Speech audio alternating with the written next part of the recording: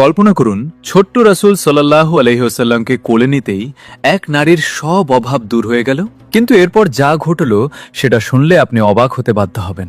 বনু সাদ গোত্রের একটি ছোট্ট ঘরে বাস করতেন মা হালিমা আস-সাদিয়া। তার আর্থিক অবস্থা ছিল অত্যন্ত খারাপ, চরম অভাব অনটনের মধ্যে দিন কাটত।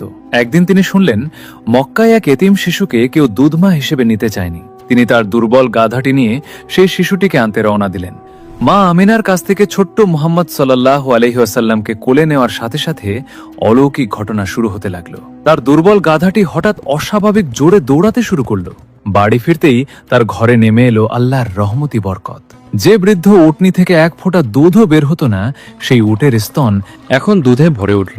বনু সাদ এলাকায় অন্যদের ছাগলগুলো খালি পেটে বাড়ি ফিরত, কিন্তু মা হালিমার ছাগলগুলো যখন মাঠ থেকে ফিরত তাদের পেট ভরা, স্তন দুধে ভরপুর।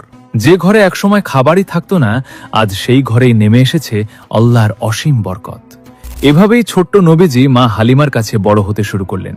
কিন্তু এবার যে ঘটনাটি ঘটবে, এটা শুনলে আপনার শরীরে কাঁটা দেবে।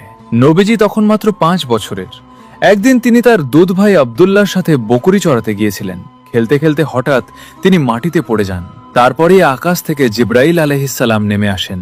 তিনি নবীজির বুক মুবারক পবিত্র করেন, কলিজা থেকে অপবিত্র অংশ দূর করে দিয়ে জমজমের পানি দিয়ে ধুয়ে আবার সুন্দর করে রেখে দেন। এই দৃশ্য দেখে দুধ ভাই আব্দুল্লাহ ভয় পেয়ে ছুটে বাড়িতে চলে যায়। সে চিৎকার করে বলে, মা, সর্বনাশ হয়েছে, আমাদের কুরাইশ ভাইয়ের ক্ষতি হয়েছে। কথাটি শুনে মা হালিমা কাঁদতে কাঁদতে দৌড়ে সেখানে যান। গিয়ে দেখেন ছোট্ট রাসূল সাল্লাল্লাহু আলাইহি ওয়াসাল্লাম শান্ত হয়ে বসে আছেন। মা হালিমা তাকে জড়িয়ে ধরলেন।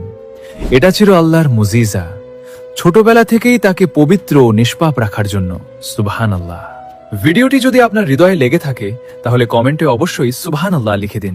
জাযাকাল্লাহু খাইরান।